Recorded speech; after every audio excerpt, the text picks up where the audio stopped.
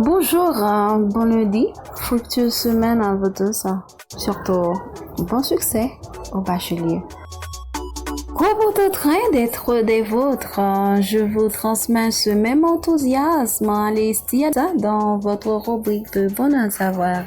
Lundi dernier, ce qui faisait la toile de fond de notre thématique dépigmentation et ses enjeux, c'était élucider les raisons ainsi que les motivations de cette tendance qu'est le tout-sous qui se révèle alors très dangereux quant aux complications et retombées qui en découlent. Si par ailleurs cette pratique s'avère catastrophique, maintenant donc réfléchissons sur certaines stratégies de prévention. Ne quittez pas. La beauté et la séduction sont toujours le souci des femmes. On dirait que c'est l'affaire des femmes. Par ailleurs, elles sont tombées sous le piège de la fausse sécurité, se lancent absolument à la quête de cette dite apparente beauté. Les femmes noires s'estiment n'être pas appréciées pour leur teint, aspirent au teint de leur, cela dit, la peau claire. Alors l'esprit étant cautionné, il s'ensuit que le comportement de ces dernières découle de l'interprétation de ce qu'elles pensent percevoir. La barrière protectrice étant ouverte, laisse transparaître que les femmes claires de peau pourraient avoir plus de valeur que celles au teint noir, faisant référence à la mode et de garder le statut social. Ces femmes-là aient recours à la dépigmentation en tout premier lieu et à la chirurgie esthétique en vue d'améliorer leur apparence physique. La rhinoplastie pour le nez, la chirurgie maxillofaciale et craniofaciale qui s'occupe des formes des mâchoires, les pommettes et du crâne. Sans oublier le ventre, le galbe mammaire, etc. Elles sont en train de perdre leur identité en se métamorphosant. Et elles payent un prix élevé pour leur fantasmagorie en niant la gravité des conséquences de cette pratique. Voyons voir deux éléments permettant l'élaboration des stratégies de prévention pour lutter contre la dépigmentation outre mesure.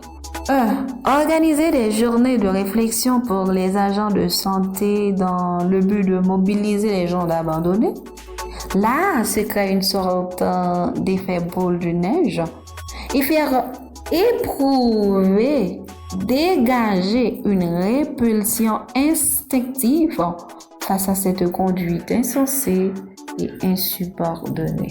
La réflexion va se recentrer sur la peau, dépigmentation et ses ancrages. En fait, nous avons toujours tendance à écarter les conséquences ou séquelles corporelles des conséquences sociales. Cernons la problématique suivant une étude de la théorie sociale cognitive.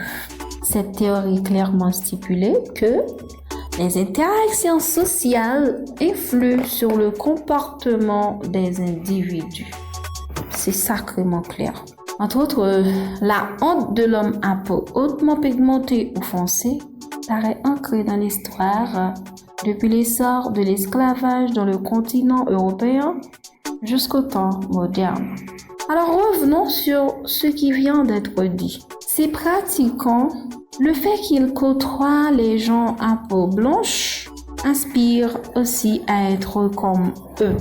Prétendant la simple définition de leur attrait physique est en quelque sorte synonyme de certaines opportunités de l'échelle sociale prometteuses et gracieuses. Donc, elles se mettent à abîmer leur peau.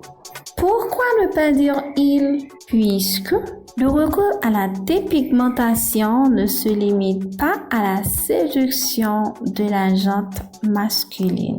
En revanche, ce dont il ignore, c'est que les peaux dépigmentées sont à risque élevé de cancer cutané. Or, Les peaux foncées sont mieux protégées contre les rayons du soleil.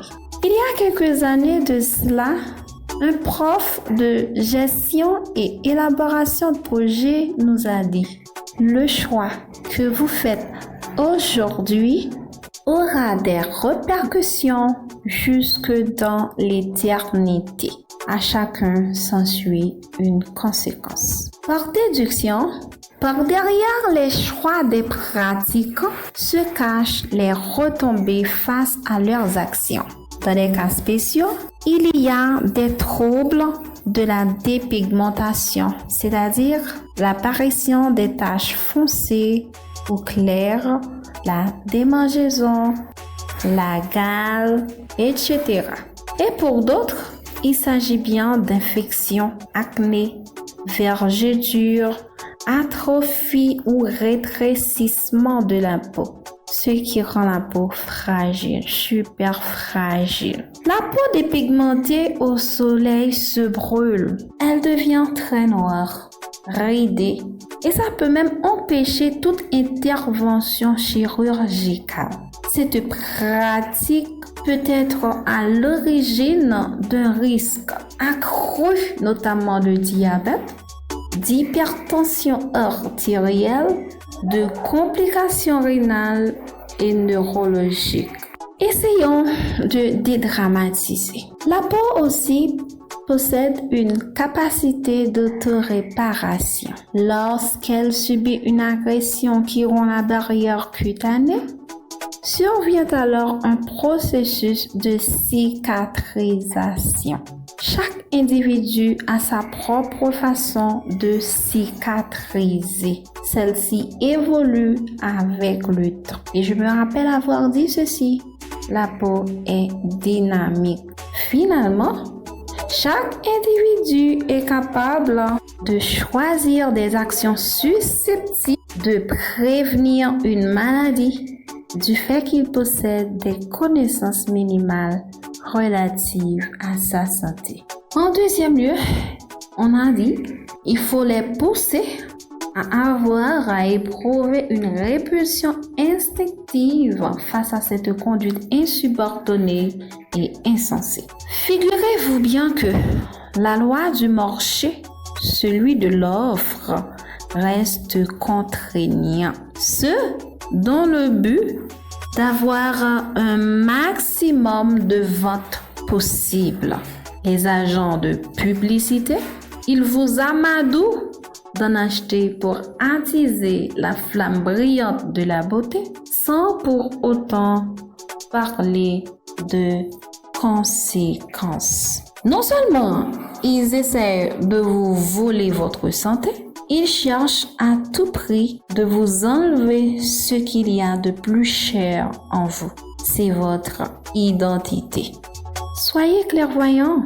Dites non à la dépigmentation, car la beauté n'est pas une question de peau, c'est une grandeur d'âme. Par l'entremise de la peau comme organe extérieur, des processus fondamentaux se mettent en place, comme la réassurance, qui est l'affermissement de la confiance, la tranquillité, l'assurance et l'attachement pour la survie, puis la complicité, amour, amitié, plaisir. En outre, la peau participe d'une manière active aux relations humaines et sociales dès la naissance et pour le restant de la vie. Elle est l'organe du corps humain à la fois le plus étendu et le plus lourd. Entre 4 et 10 kg chez l'adulte, près de 2 mètres carrés de surface. La peau joue un rôle protecteur vis-à-vis de l'extérieur, choc, microbes, pollution, ultraviolet. Ne la détruisez pas, n'abîmez pas la peau avec des produits décapants. Prenez soin de vous, tout en respectant les mesures d'hygiène strictes et adéquates, appropriées à votre peau, éclairées par les conseils d'un dermatologue. Les conseils sont toujours de mise. Pendant les périodes de canicule, la peau est devenue sèche, déshydratée et parfois abîmée. Buvez beaucoup d'eau. Quand le corps évacue le trop-plein de chaleur grâce à la transpiration, prenez de bonnes douches froides, rafraîchissez-vous et restez en des endroits frais. Je vous souhaite déjà une très bonne semaine, les amis. May God bless you.